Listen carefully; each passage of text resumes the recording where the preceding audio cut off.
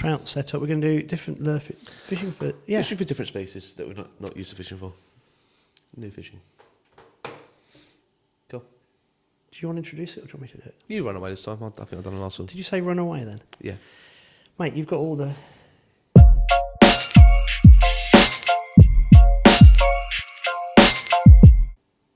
What's it called? The go-to words. Yeah. Yeah. Lingo. The lingo. You're down with the youth. Well, I don't know about that. I'm just old.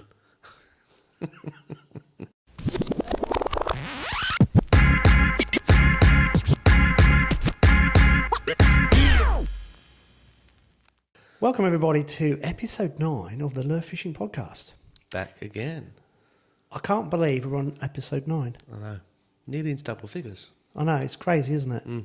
Just to think that it feels like we started this very recently. Yeah. Yeah. But we're cracking on. And you guys can't see this, but we might put some B-roll in. We're at the beautiful Hanningfield Reservoir. It seems I can't get away. I'm working here every hour God sends, and now we're back here on my day off and filming these. Busman's holiday, mate. Yeah, that's it. But we're actually in the end office, and we're looking out onto the resi, and even though it's a blustery day, it looks beautiful, doesn't it? Yeah, it's a shame because we wanted to have that as our backdrop, but as the lighting turns out, you would have seen the reservoir and black silhouettes of us. Yeah, which is probably not bad. Yeah, actually, we probably would have been preferential. Yeah, yeah, for most people. But that's the next. I was actually talking to you about this yesterday, wasn't I? Mm-hmm. If there's any kind souls out there wanting to buy us a cob light, it's only 400 quid. we could have overcome that problem. We sort of got the sound thing down just about after scrabbling around a little bit today with a new venue. Lighting's our next task, I think. Well, I actually think overheating. And overheating, yes. Because it's boiling in here, and I think I've hit the male menopause. The menopause. The menopause, and I'm like wilting, going... Having hot flushes. Oh, well, maybe it's just sat too close to you. I mean, I do have that effect. Oh, let's crack on, mate, because otherwise we're going to talk absolute nonsense, yeah. Which is very typical for us, but we're good at doing that. But being at Hanningfield, I think it leads us on nicely to our chosen subject today, and that's lure fishing for species we're not used to be lure fishing with. Something that's not the most compact way of saying that. Lure fishing for different species. Yeah. Yeah, because this is something that has really come to my fore in the last year. Yeah. And let me explain this. So,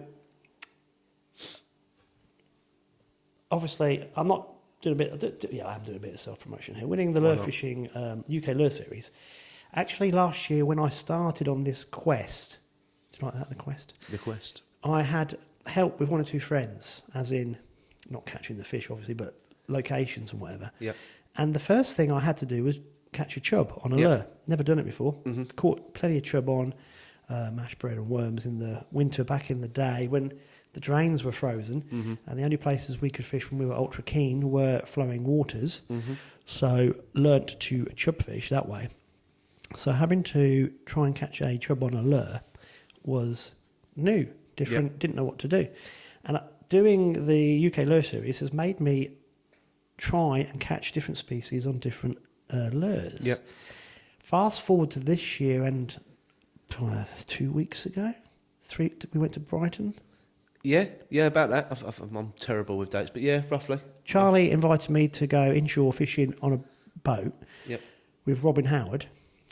Brighton inshore fishing. His boat conked out 2 days before we were going to depart. So Robin has scrambled around and got a second boat to help him out. So we've ended up fishing on this other boat just off the coast of Brighton and had a brilliant day. It's something I've done with Robin for quite a while now, but I still feel like it's a much underappreciated arm of lure fishing, and that's that inshore lure fishing for species, not just for what people sort of assume you can lure fish for, like the bass and on other different parts of the coast you have pollock, etc., and wrasse. But there's a vast array of species out there that are willing to eat bits of plastic and bits of metal, and they get ignored for the most part. But Robin has been at the forefront of pushing that for quite a long time, and I was desperate to drag you down there and show you what I keep raving about. It was fun. I'm not. How can I put this? I've been lucky recently, but that's a different story. Yep.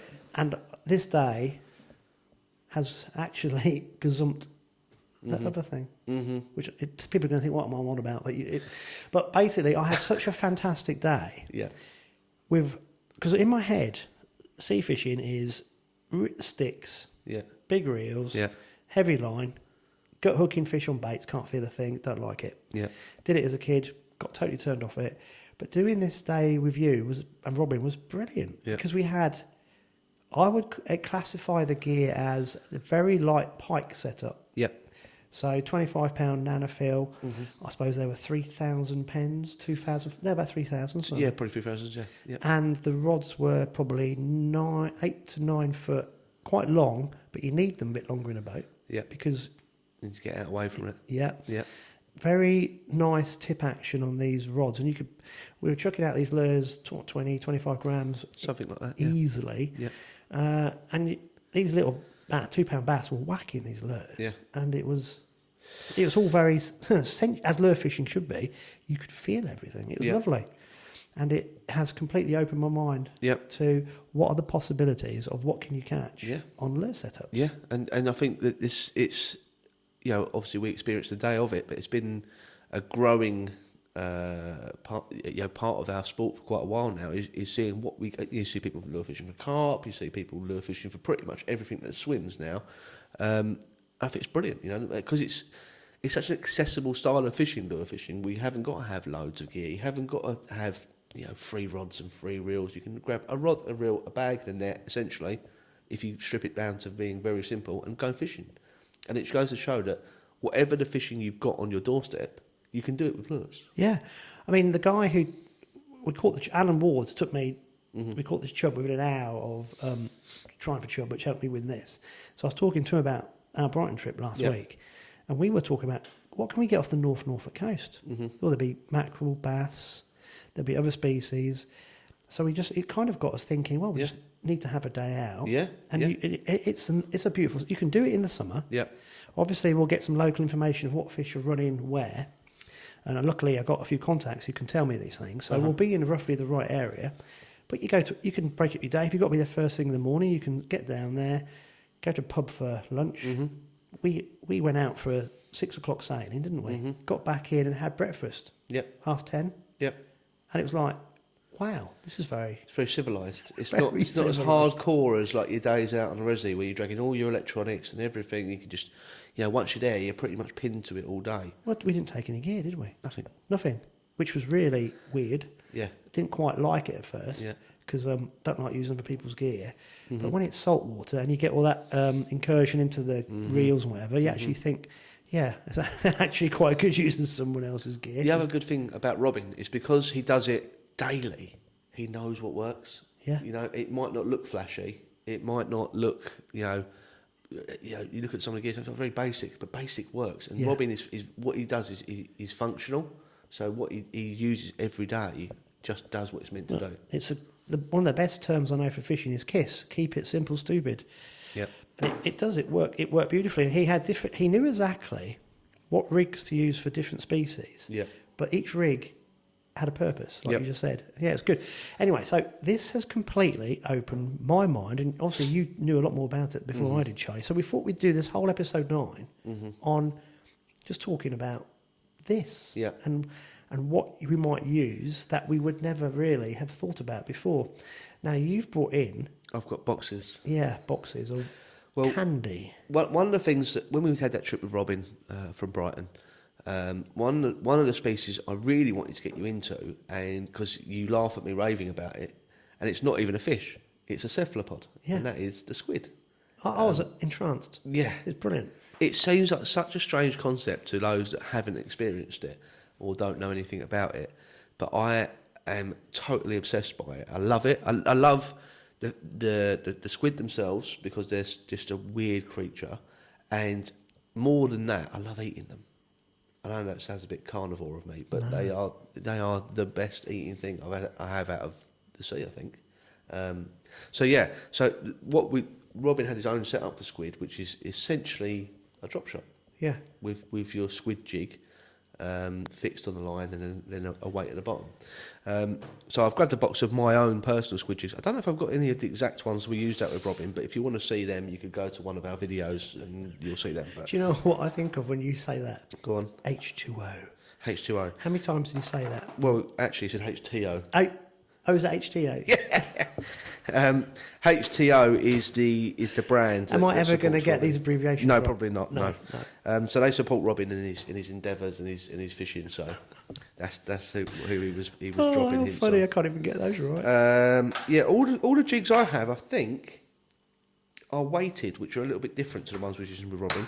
But let's have a look anyway, because Come on then, we'll get them out. yeah, because these are So the thing with squid jigs is they're not sold in this country. well, no, they're not sold in weight like grams, so they're sold in sizes. So this is, I think, is a 2.5, and then the biggest one I've got here is a 3.5. Ooh. Aren't they fantastic? Yeah. So I think the biggest I had, and I probably lost them because they're heavy and they get lost quite easily, is a 4.5. I don't think I've got them with me. Are these ones that you cast from the shore? So these are ones you would cast rather than fish vertically. I mean, you can fish them vertically as well, but like that belly weight on them is what gives them the drop. Is that turned around? So there's a reason for that, and it's secret. I'm not telling anyone. Okay. No. So what it is, they're quite an awkward thing to cast because where the weight is on the lure, they sort of wobble a bit on the cast. So what I do is I have a bead on my line, on my fluorocarbon leader, that's got quite a big bore. I turn my jig upside down, thread that. So if you imagine that's where your leader's tied, I turn the jig upside down and thread that pin there into the bead. So when it casts, it's weight forward. Does that make sense? Yeah. And then as it hits the water forces that bead off, and your jig straightens.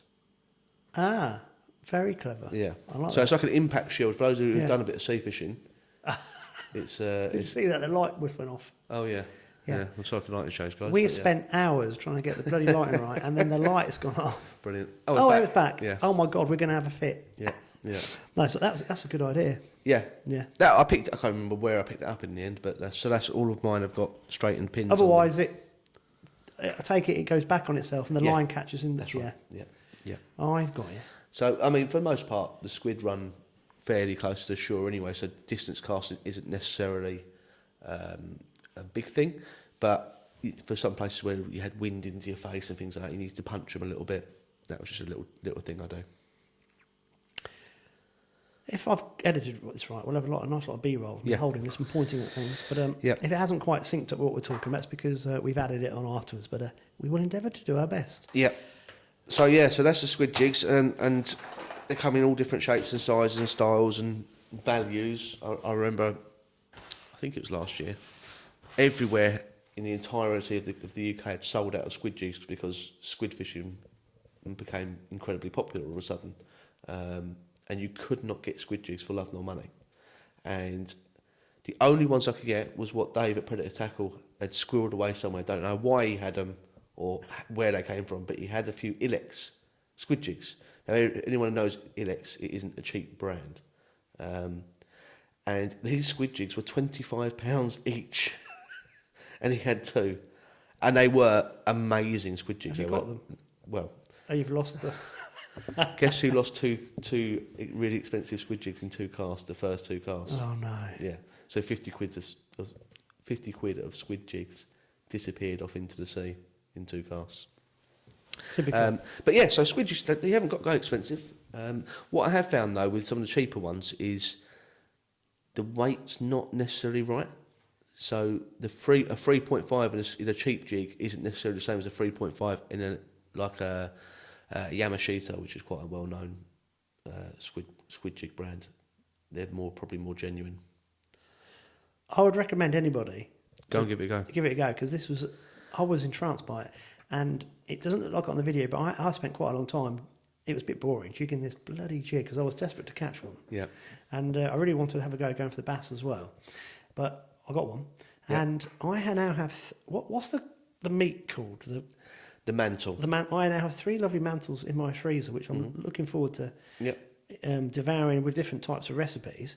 And that was the other thing, because it was a long day, and I didn't get home till about 11, and then I had to clean the fish. And Charlie had told me roughly what to do with these squid. Yeah. And it was pretty straightforward. Yeah, they're pretty easy, yeah. The only thing I was disappointed with, and I couldn't do it, I was just too tired. I wanted to do something with the tentacles, and I didn't get a chance to I didn't know what I was doing, but I've saved the mantles, and I don't like wasting any parts of anything if you kill it. I like to use it all. Yeah. But I had to throw that bit away because I didn't quite know how to separate it from the... Yeah, so there is a way to you have to sort of cut it sort of between the eyes and the tentacles, so you lose what from the eyes and back, basically. And then once you've done that, you'll open it up and you'll see like the inside is what's left of the beak, and you can pop the beak out, and then you're left with like a little ring of tentacles, which are perfectly edible. Yeah, and so next time I'll make sure I know how to do it. But that was great. And but yeah, we had loads of species. What did we have? So we had squid, bass. Yep. You caught that gurnard with it went gurnard. Blue. Was it tub? It's tub gurnard. Yeah. So like those lovely iridescent-y, like fluorescent blues, like they're incredible. We didn't. It got to a point where we just wanted to fish, didn't we? So you can't film everything. No. Tony had a black bream. A black bream. We didn't actually spend very long fishing with them because it was like the second half of the day. Yeah, it was. We didn't have long left in the last session of the day, and the bream fishing, we wanted to catch them, but at the same time, it's a very dull way of fishing. And Robin fully aware of that and gives it as a warning for those that want to do it. If you want to tick species off the list, it's the way to do it, but it's quite dull. You're fishing with very, very small hooks, very, very small pieces of isome or isome, however you would pronounce it.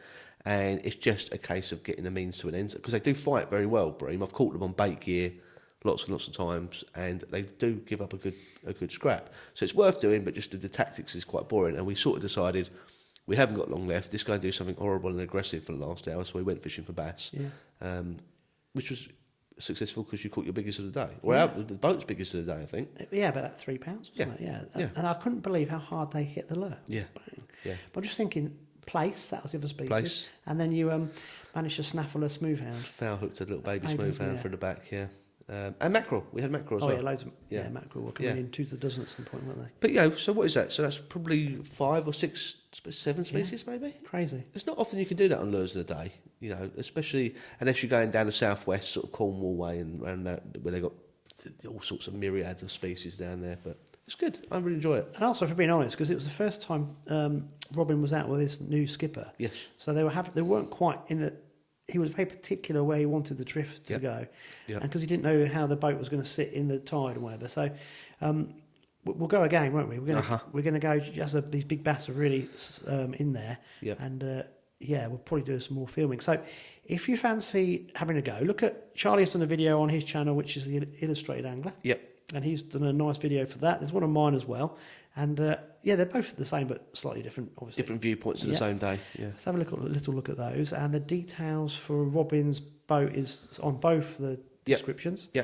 And it is definitely worth having a go. It was really good fun. Well, I don't know whether we could actually convince Robin to sit down still enough, but I'd love to have him on the podcast one day, because he has been in lure fishing for such a long time, and he's done it in so many different ways and around the world for different species. I'd love to sit him down and pick his brains, but the problem with Robin is he's a bit like me. He's go all the time. He's always got something going on. So I think if we was ever going to do it, we'd have to ply him with a few nice beers and go down that way somewhere and just sort of hold him in one place for an hour. Did you find doing the editing, there was always chat in the background? Yeah. Him and Tony, they didn't stop talking, did they? Yeah. And it was nice. But Robin, that's why Robin's got to where he is now. So I've known Robin a long time, and he started off as a shore guide, doing a little bit of everything, so bait fishing as well as lure fishing, graduated into more of just a lure fishing shore guide, and then moved on to being afloat, and it's just opened his world to all the different species he can target on lure now. So, and he's got stories upon stories upon stories from all over the world. So I'd love to sit him down and just grab him for a little while, just chat. I think we'd have to refine it, because it could be a 10-hour long podcast, wouldn't it? We'd run out of SD cards and all sorts, but it would be fun. But it was a great day, and this is what. So that was that. I was amazed, and actually, as I was driving down here this morning, I was on the phone to Eric Edwards. Yep. And I was this is not planned. Mm-hmm. I was talking to him about the same thing. Yeah. Because he's got a boat now kitted out that he can use on inland waters or the sea. Uh-huh. He's got a big Warrior. And I know he's been doing his bait fishing for skate recently. He's had some clonkers. But I said, you really ought to get some light lure rods on board. Yeah. And pollock, bass, mackerel, Yeah, all sorts. yeah, And he could see the benefit. He said, I think most of my lure fishing in the summers is going to be on the sea now. Yeah. Because these fish are green. Totally agree. Catching fish on lures is actually very difficult once they've seen lures. Yeah, absolutely. Because they wise up. But if you're fishing for sea fish, particularly if they're taken from the table, they're green. And it is, let's be face it, it's a lot easier. The gear you use doesn't have to be that refined. No. But you want to get as light as you can, but within the constraints of what you're doing. And you're not quite sure what's going to whack the lure next. And the fact that you virtually have it to yourself. Whereas, as you know well enough, doing a lot of the lure fishing we do on the reservoirs and things like that, half the problem is fighting against just where you want to be against other anglers that also want to be there. Yeah. Or protecting your fishing from, in that way that you're trying to keep it quiet. With the sea, you go where you want. Tide's restrictive, but, go and do what you want and you generally have it to yourself. Yeah. And they get, in the summer, those lovely calm days. It's just, we were lucky with the weather, weren't we? Yeah, really lucky. Yeah, it was virtually still. But no, that was good. And these squid jigs, they look fantastic, don't they? They're impressive, aren't they? Yeah. There's something totally different to those who've never done it. It's totally alien. And I remember the first time I did it, it was like, this is never going to work, and it just does. It just does work. You have to sort of trust the process, and you get there, I look when you get one on and it comes with the service, it's squirting water and ink, and I just tickled me pink when when Robin was. This is how I control them. Swing it, squirt the ink. Missed me by about 3 inches. Yeah, and that ink once it's on you, it's hard to get off. Yeah, that's good. Yeah, right. So we just scratched the surface. Bass. I was amazed by the bass lures. They were really basic, weren't they? Really basic. Very easy to work, like especially the top waters. Again, it's this Robin's narrowed his lure choice. It's not like people who go lure fishing, they've all got these loads of lures they take with him. Robin doesn't do that. He's got a top water that works, and that's the top water he uses because he's out so often. Why complicate it? Do you know what I mean? Yeah. So it's easy to use for his customers, and it's effective, and that's what the two balances need to make. But yeah, bass fishing in general is you haven't got to be that finessey with it. You can put a little bit of brute force into it, and a little bit of power fishing, with the shads and things like that. It's very quick. It's very. Well, that was interesting because we got out, didn't we? And the rods were set up, and suddenly we saw fish busting through the surface. Yeah. So very hastily were these surface lures put on, and I didn't get. I like to have a little experimental cast and watch how I can extract the best action. Yeah. Didn't get a chance of that. No, it was just go. Just go. Yeah. And I was doing it how I would do it for perch, like a little gentle tap and wait, and tap and wait. No. And I was watching you going. Yeah. And Robin, I said to him, he goes, no, he said it needs more revs. More revs. Yeah. And I just thought, he needs to just keep reading, but keep it going. Yeah. And as soon as I did that, it was instant. Yeah. Yeah. It was. It's interesting how these sea fish were reacting to something moving, and they just want it moving. Oh, 100%, yeah. Well, like with the shad fishing, what I don't want to do, I don't want to give away too many of Robin's secrets, so we're going to be a little bit, because the whole idea is go with Robin, enjoy your day's fishing, but learn as well. Yeah. So he's what I class Robin is, as good as a guide, he's also a very good coach. He's taught me a lot of skills that I've taken elsewhere. But anyway, so the way you're fishing for the bass, you're trying to trigger them. You're really trying to switch them on, and it's a very aggressive way of fishing for them. And Robin explains it much better than I do. But it's that buzz that they can't resist it. They have to do something about it. They have to react to it, and it's a brilliantly fun way of fishing. Yeah, it is. It's a good day. I think we've plugged him enough. He owes us a free trip. Yeah. Okay, so that was really cool, and obviously that we could show hours of different sea fishing lures. But I think also you've brought. Because this is something else, right? We're sitting here doing the podcast, and it is alien to me how you can fish a trout fishery. Well, yeah. So Hanningfield is an any method fishery. Yeah. So you can come and fish. You can on the traditional way with a fly, or you can come and fish on lures. So lots of different ways. And what we're actually watching at the moment is people fishing on bait as well. Which is making me cringe, isn't it? I'm sitting going, I've got. Because I work here, I'm a bit desensitised to it, but I suppose if you're used to fly fishing for trout, seeing people catch them on power bait, which if anyone knows what power bait is, it's like a doughy, pasty type stuff, or on worms, it's a bit sort of sacrilegious, I guess. Desensitised was a good word you were saying, because I'm sitting there and I keep going, I can't watch this. This is like, trout are bred to catch and eat. Yep. And they're not being funny, they're pretty stupid fish when they're like that. Yep. Because the way the stock ponds have bred them, they feed them with trout pellets, they get a reaction on the surface. So if you go fly fishing and you're in a bunch of stockies that have just gone in there, the simplest fish in the world to catch, you just rip a lure back through them, they can't resist it because it's the trout pellet mentality. Obviously, once they've been in a water for a while, they become more naturalised and they start picking up the different hatches that are going on. They become far more fun to catch. Yeah. But sitting here watching this, I'm kind of twitching like this. Yeah. But we had a fun day out lure fishing for them. Yes, we did. And actually, since then, it was a little while ago now, I've become a bit more versed in it. So what I've learnt here, being here, is it's not trout on lures isn't as simple as you think it is, and it's also not as easy some days. There's actually a massive amount of skill and knowledge of how to fish these lures involved in it, and the minor details makes a massive difference. So I guess if you break it down very simply, there's two different methods. There's soft plastics, and then there's metals, spoons, that sort of thing. Obviously, you can start going into sort of like small crankbaits and top waters and things like that, but we'll just keep it simple. So I've got a little selection of both. Because you bought a nice little rod as well, didn't you? I did. So initially I was just using my light perch rods, and I very quickly twigged that I was losing a lot of fish, and I put that down, and also talking to a lot of the guys that fish here really regularly, and getting some advice from them. The action on a perch lure rod is totally wrong for trout fishing. So whereas most perch rods are sort of that medium fast to extra fasty type action, you really need an all through action rod for trout fishing, and they look like floppy noodles and things like that, but that's really what you need, because when you hook them they go crazy, shaking their head and jumping and things like that, and if you've got too fast of an action or too stiff of a rod, you bump them off, you lose them. I was losing a lot of fish because I choose to use barbless hooks as well.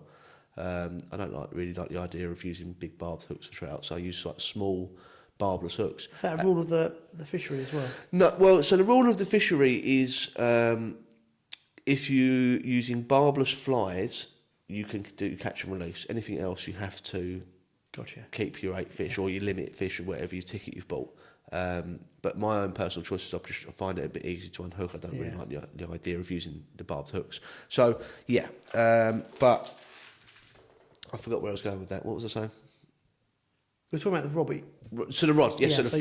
So what I learned was that I needed a dedicated setup just for trout fishing. My perch fishing setup would work to an extent, but it's not ideal. And I like to be able to, and because I'm here a lot, I may as well invest in the right gear. So I bought a St. Croix panfish, which was, it's not actually a trout rod, it's a panfish rod. It's built for fishing for crappie and for bluegill, etc. in the States.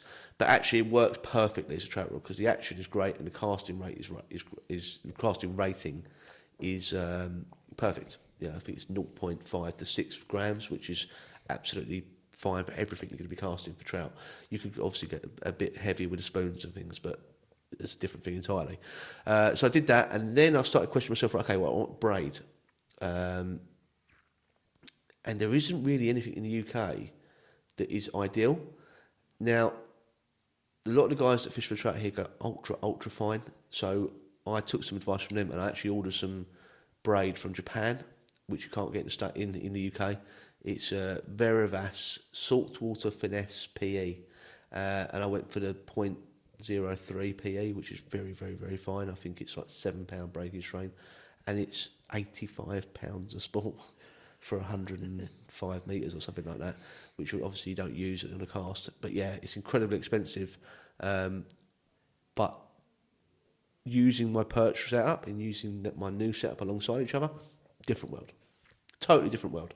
And it's made the little bit of fishing time I get so much more enjoyable because I feel like I'm doing it right, and when I hook fish it feels right, and I feel like I'm putting the right action in the lures. It's made it so much more enjoyable to do. In regards to the lures, like I said, you pretty much have your soft baits and you have your metals. So the examples of some of the metals I use, I think this is This is on the heavier end. So this is a Shimano Cardiff. I forget which one exactly, but this is a 4.5 grams, which is quite a heavy one actually. And then somewhere in here, I also have a lighter one. Come here. Is colour important? Yeah, 100%. I've noticed recently on certain days, the fish can be totally switched on to one colour, and time of day as well. Especially because we're fishing a lot of in the upper layers, the silhouette it creates against the sky is very important. I've noticed. So, a lot of my fishing at the moment, I don't get full days. I get afternoons and evenings. So, and it might only be for 2 hours. Right at the end of the day, when you're getting that low lighty sort of conditions, and blacks and dark greens and things like that, and dark colours doing really well. Because if you look at them against the water, they don't look very, very appealing. But so the second you do that and you hold them against the sky, and you see the silhouette they create, oh, I understand why they're working now.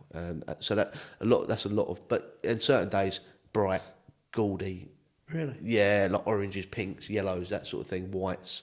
They just want that, and those days you can just rip and buy them and catch them like that. Yeah. So that's the smaller, lighter. I think that's 2 point something grams. The gunky ones, the gunky rainbow spoons. Yeah, lovely, aren't they? Yeah. How do you attach them to your leader? Just little clip. You have a little clip. Little clip. Yeah. Some people put little swivels in, but I've not really bothered. So yeah, the spoons go everything up to these big ones, which I don't use very often, but on certain days when it's very windy, that sort of size can do a job. I think they're about 5 point something grams, 5.3 grams. Do you change the hooks or do you use the... I change the hooks. Yeah, some of them I haven't changed the hooks on, but I like the VMC inline hooks for the spoons. Because the reason I ask is 2 of them got me. Yeah. They're quite sharp. Yeah. I've noticed very, very quickly that because of the trout, with the nature of their mouths, they've got like a little hard bit around the edge. You have to check your hook points all the time, because even you get a lot of plucks and pulls and bangs without hookups. Yeah. And even those can do a hook point quite quickly. So I find myself changing hooks and jigs very regularly. Light's gone again, because they can knacker hooks really quickly. So I'm getting through hooks, honestly. Do you also find that, because this is when we're fly fishing for trout, you get a bang and you think, how did I not hook that? Yeah. And you actually realise that they've headbutted it. Oh, 100%. Hit it with their flank. Yeah, so... They don't want it near them and they just come up and smash something. The other thing it's taken me a little while to get around, especially when it comes from soft plastics, is the size of the hooks. So the size of the hook in comparison to the size of the bait, the hook is quite forward, quite near the head, quite small hooks. And I initially looked at that and thought, you're never going to hook fish because they're going to grab at that tail and you're never going to hook them. But what I've noticed is they hit it from the side very often. They hit it very hard, they hit it side on. Obviously, occasionally you get tail pulls and plucks and they pull the lure down the hook. But very often they hit it side on, so that hook is actually in perfect placement for where you want them to eat from. Yeah. So I think that leads on quite nicely. I'll show you what I mean by the... Now these look mental. Yeah, you're going to show us. Yeah, and I say since last time I've progressed and my addictions, I had a handful last time, and now look, I've got a whole box of them. Oh, you did, yeah.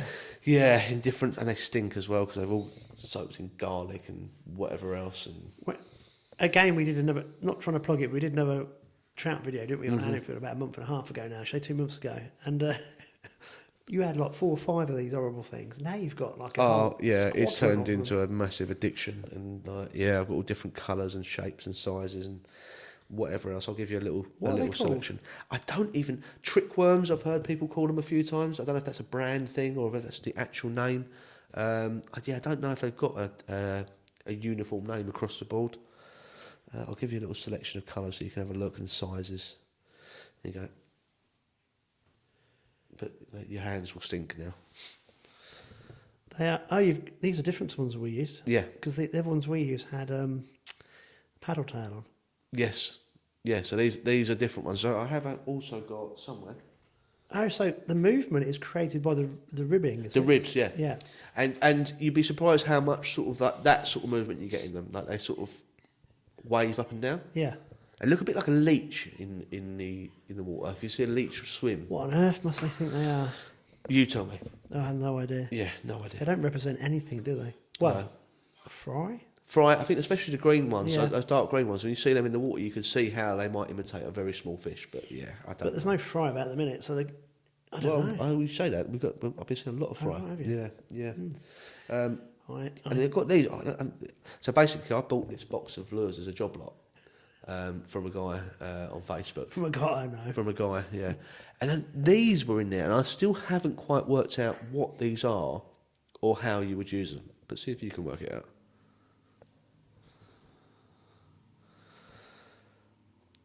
I've got no idea. The only way I You'd can think hook of it through the middle. yeah, like wacky rigged almost, but And just, yeah, unless I haven't been brave that was enough to try part of them the yet. packaging.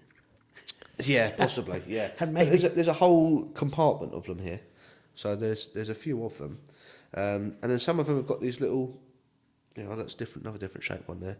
It's got a little ball tail. Quite like that one. Yeah, I can see that having uses in other Yeah. things as well. But and so the jig heads, I think. Hold on, I think I've got some down here. Might have to disappear out of shot for a second here. But they are such a thin, latexy rubber, aren't they? They're like, Yeah, that's probably the wrong term, but you know what I mean? There's nothing to them. silicon. I think they're silicon. Right. That probably helps with the movement in the water because they're Yeah. so thin. Yeah. So what I found was your usual jig heads and things are useless. You need very, very light, like less than 0.5 of a gram, less than half a gram. So I started making my own. So I bought some fly jig hooks, barbless fly jig hooks. Is that my phone? Yep. And I bought some UV resin, and I bought some tungsten beads, and I started making my own. So here is what I've made. And that's the heaviest I go. How do you find time to do all this? I don't. Is- Well, to be fair, these are quite quick. I've done 60 in 50 minutes. The UV resin does help, doesn't it? Yeah. I like the way you put the blob there to be, Just a holder, yeah. the hook Stop, retainer. yeah, The bait retainer. Stop Yeah. it sliding down, yeah. Again, that's not. I can't claim that as a thing. I've seen the other guys do it here, so Yeah. I pinched the idea. That's well known. But that's the heaviest tungsten bead I use. And this is the lightest. You'll have to forgive me, I can't remember what diameter they are, but like They are tiny, small, tiny. They are tiny, aren't Yeah. they? Yeah. Wow. They are I think that's tiny. 2 mil possibly and 4 mil, I think, but don't definitely quote me on that. Can I just borrow that? Package. Yeah. Yeah, so these are decoy hooks again from Japan. Yeah, they've got a nice little thin wire in it. Yeah, Jig it was. hook. Yeah, and actually, I found a pretty good. So the struggle with a lot of this trout stuff is you have to import it because it's not really found its footing here yet. So the soft plastics, these are all made by a guy in Grays, I think. So that's where these all come from. But the hooks and all that sort of thing, we have to import everything because it's not found the grounding here in the UK yet. And the reason for that is so many trout fishers are still fly only. Yeah. Do you see that being a thing forever? Fly fishing, in my mind, is on its way out. I hope it stays like it is. I tell just you think, how many youngsters are getting into fly fishing now? I know, and you see, catching up predators on the fly has become a Yeah. bit of a trendy thing to do. Yeah. However, I would argue, I'm not arguing, I would say just about everybody who's new into the sport can't enjoy it because they can't cast. Yeah. Now, if they learnt to trout fish first, spent a whole season going through the mechanics, going with Yeah. somebody, even having casting lessons, Yeah. and actually learning about the life cycle of, just for example, how flies hatch larvae and so Yeah. forth, you're learning all the time. And trout fishing on the fly is great fun because you can catch a lot of fish quickly, so it keeps you interested. Catch for the table, and you're learning an art, aren't you? Yeah, yeah, With yeah. different winds, casting with different lines, because everything's. And then, if you go from bank to boat, you've then got to, because that changes how lines work, because you are then catching it with a line. Yeah. So it's a strange one, really, because I think trout fishing doesn't actually follow what's happening in modern society. Yeah. Yeah. We were talking about this with Tom with the promotional anglers, weren't we? That everybody wants an instant response. Yes. You can't get that with fly fishing. No. You have to work at it. It's a big, long, very steep but elongated learning curve. Yep. But people want to take a shortcut. Yep. So I think that's the reason why it's just dying, because most of the trout anglers you see are very old. Yeah. Because it had a boom in the 80s. And then obviously those guys are still trout fishing. But also it had a bit of a snob factor about it as well. And it's quite expensive. Yep. So I think all these things didn't help the sport. I think there's a little bit of a resurgence with fly fishing on natural streams and grayling fishing. Yeah. So that's really good, because that is nymphing is a completely different technique. Personally, the reason why I'd like it to stay on these other areas like it is because when you open it to any method, it's not just the trout that get taken. And then therefore you're losing the natural resources from that fishery, because best will in the world, people don't do as you want them to do. Yeah. And there'll be certain types of people who will just take advantage. But do you not see not that they're short of money, but for the places like these put and take sort of trout fisheries, more sort of small still waters, do you not see there being a value to opening that to the idea of maybe having a lure day or lure days a month, where they could say, when the fish are none of the fish are getting returned anyway, is there any harm in that? Except for just annoying trout anglers. Can I be brutally honest? Yes. I think trout are really easy to catch. Of course. Therefore, having to do it on the fly makes it harder. Well, that's the whole point, isn't it? That was why it was a thing in the first place. Yeah, it was trying to make it harder, to make it more of an achievement. Yeah. But with the popularity of lure fishing, could you... I mean, I'd love to... Would I? I don't even know if I would, actually. The more I'm thinking about it, sort of talking myself out of it, I'd like to catch a big trout on a lure, but I don't know if I'd like to do it in one of these places where they just put in the doubles. That day we had on here, Yeah. I enjoyed it because it was different. Yeah. But chucking these things about was a bit... Alien. Yeah, and I just felt, what am I learning? I know what you mean. Yeah, and I think for me, angling, on the boat, I kept saying to Robin, I said, this is amazing, I'm learning so much. I've started from absolutely ground zero, nothing. Yeah. And sadly, and this might be quite interesting for people to comment about this, I think this is where angling is missing out. Not anglers missing out. Anglers, the new breed, are missing out. They're not wanting to learn. Yeah. They're wanting the shortcuts to catch. Yeah. So they want to catch a £20 pike, a £30 carp, big trout on a lure. But you want to learn how you did that. Yeah. So you can repeat the process, but they don't. They just want a shortcut. I've watched a YouTube video. I know if I go to this lake and I do this rig and I sit there for long enough or go enough times, I'll catch one. Yeah. And it's like, you're not learning anything. Yeah. Angling is not just about... The catching the fish is one of the byproducts, in my opinion. There's so many facets to it. It's being outside, it's being with nature, it's making new friends, it's learning new techniques, it's learning the subtlety of those techniques. It's been able to manage yourself in an environment. If you go like into the Scottish Highlands, completely different environment again. If you're on a boat, like I used to fish the Norfolk Broads a lot back in the day when there wasn't anybody doing it really. If something goes wrong and you're out there at night, you've got to sort it out yourself. But I just look at what's happening now, and there's so many instant experts, and they're not. Because the more you go, the more you learn. But I think people just want this shortcut, and it's a shame, because angling is an amazing sport, and there's so many different branches of the sport, and every time we talk about something, we kind of go, oh wow, I didn't know that, I didn't know this. And I think that's where a lot of newbies to the sport are missing out. And I think then they don't stay in the sport for very long. I know what you mean. They'll perhaps be a carp angler for 3 or 4 years, not be very good at it. Oh, I'm going to try lure fishing now. Not actually catch much, but want to jump on the bandwagon. Oh, I'm going to try predator fly fishing now. And you just think, if you stuck at things and actually had the process, not only would you enjoy it more, but you'd have a longevity within it as well. Yeah. Because you can transfer skills.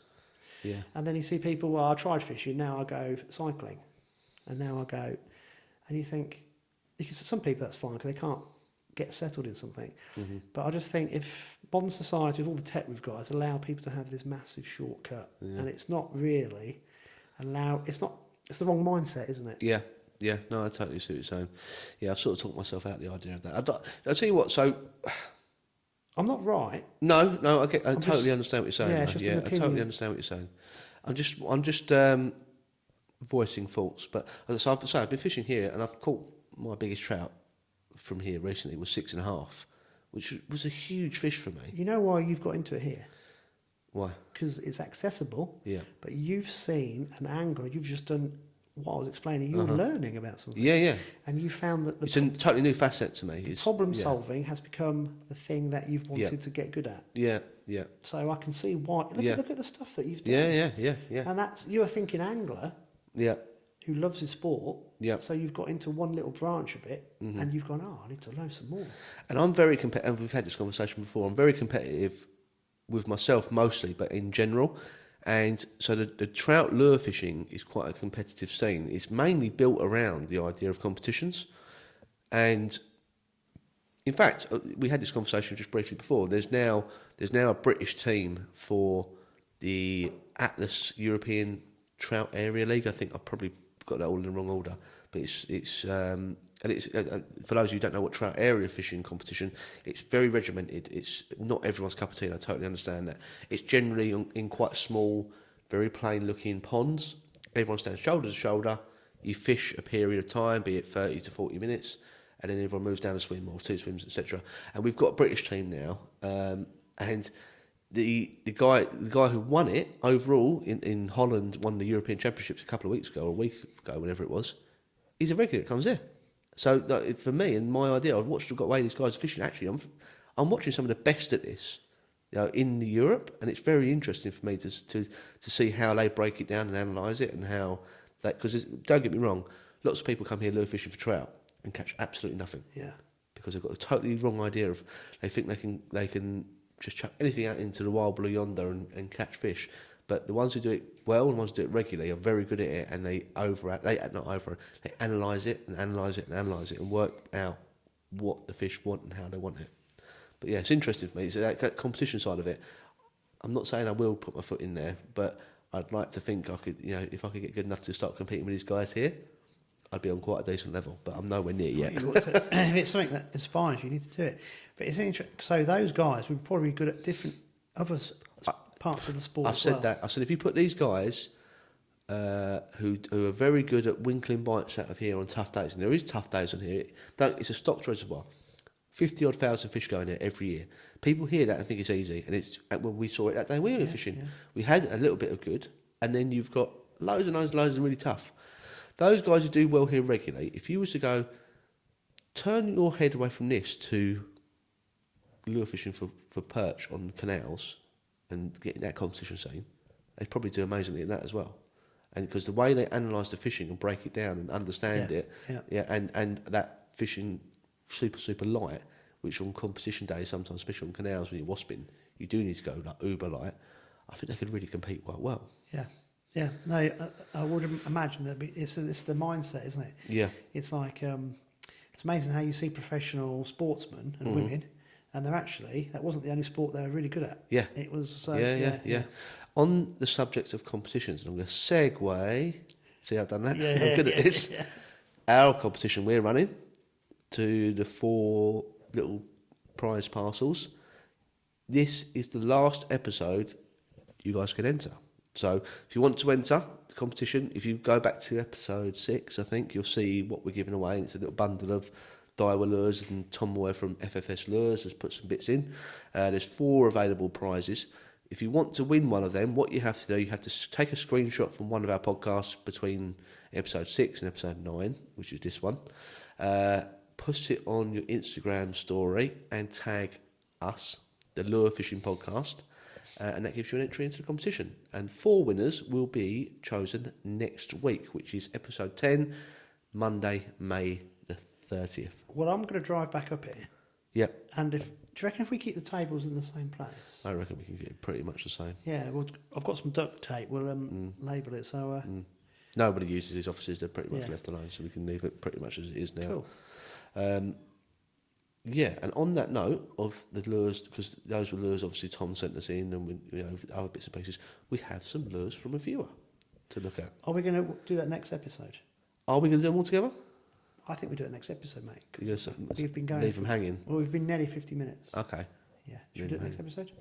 Do it next Is that episode. right? Yeah. Yeah. Yeah. When's your comp?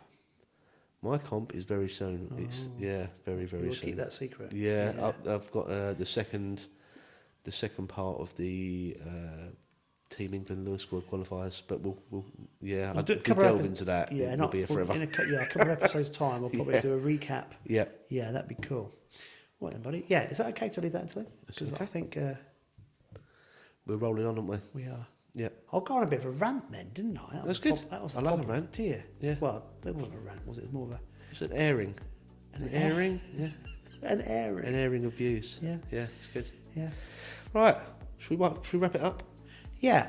There was something I was going to say, and it's complete. But I think you've covered. It was a competition, I think. Yeah. Yeah. I'm getting so old. I have to write things down. I've got a pad here, and it's got Trout set up, sea set up, Good. and that was it. Good. And the start time, 11:45. That's the only bit thing I've remembered. Yeah. Well, that was Yeah. good because it means we ran on for 50 minutes with two things, which I hope was good. Guys, like I said, we've said this plenty of times before.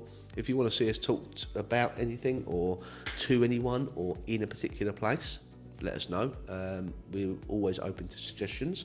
We're looking to grow and improve every time, which I think we're doing. I think more and more we talk, we're more comfortable, we get each other, get how our brains work, and we'd like to introduce some more ideas and things. So let us know any suggestions, and we'll read the comments. Exactly. Yeah, it's the comments, isn't it? And the thing that I have found when I did the match fishing podcast with Alex, if you can like this and add a comment, the algorithm, I don't understand it.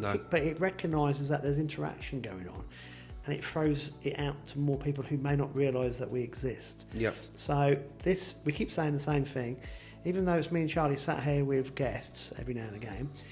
It's more of a community podcast. Yep. People are now starting to reach out to us, which is great. Yeah. And like we've got Wayne's Lures to show you next episode, but it's the liking and the commenting is really important as well, because that thing that we don't understand called the algorithm, it does pick it up, and it realises that there's some interaction going on. So if you could please do that, that would be fantastic. Yeah, I am going to apologise. I've just caught myself doing it. I've probably been doing it all podcast. I've been looking out the window at everyone fishing. So if we looks like we're looking off into the distance, we are. We're watching people fishing, and that's the angle. Do you know what I was thinking 5 minutes ago? You've got a rod here.